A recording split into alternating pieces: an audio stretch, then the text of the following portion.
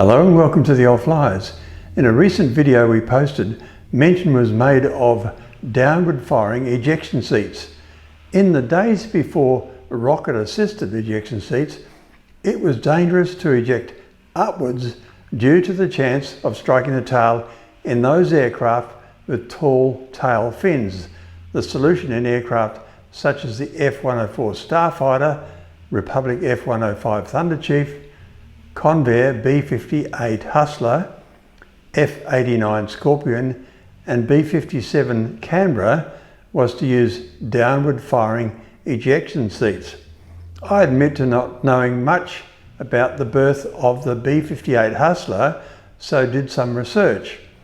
By the early 1950s, the US Air Force sought a new strategic bomber capable of outrunning Soviet interceptors and delivering nuclear payloads at unprecedented speeds. The result was the Convair B-58 Hustler, the world's first supersonic bomber, a sleek, delta-winged marvel that pushed the limits of aviation technology. The B-58 story began in 1949 when the Air Research and Development Command issued a request for a high-speed, high-altitude bomber.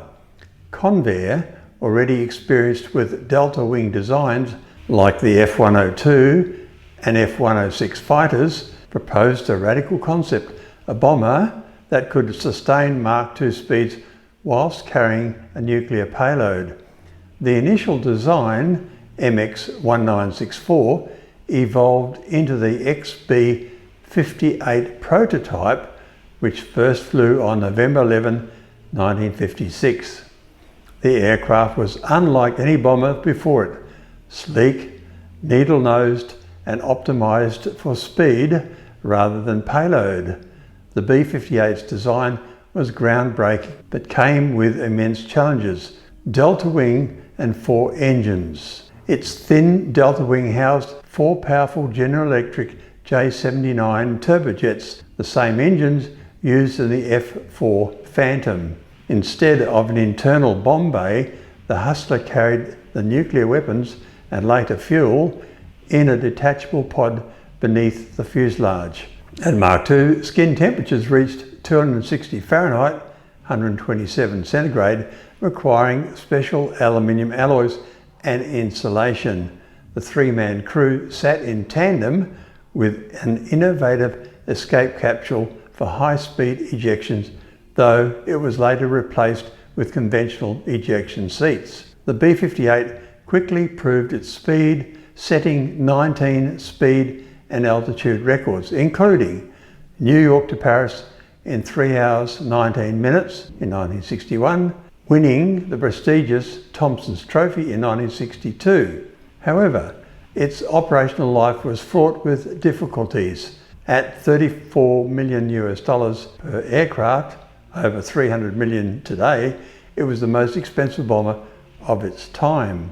Without aerial refueling, its combat radius was limited. The Hustler was unforgiving. 26 of the 116 built were lost in accidents, earning it a reputation as a widowmaker.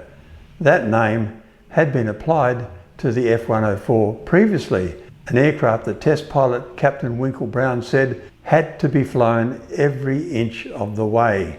Despite its flaws, the B-58 was a technological triumph, proving that supersonic bombers were possible.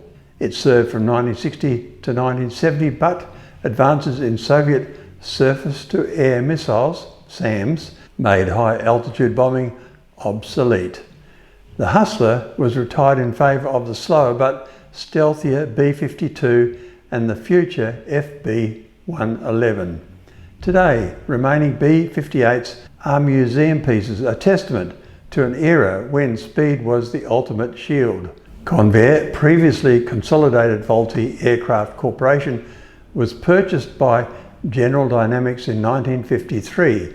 It manufactured the first Atlas rockets. It entered the jet airliner business with its Convair 880 and Convair 990 designs, smaller than the contemporary Boeing 707 and Douglas DC-8, but faster than them both. In 1994, the Convair division was sold to McDonnell Douglas and Lockheed. Thank you for watching. This was our 126th aviation video uploaded to our YouTube channel. We have achieved over 42 million impressions, and I thank you, our loyal subscribers, for your following.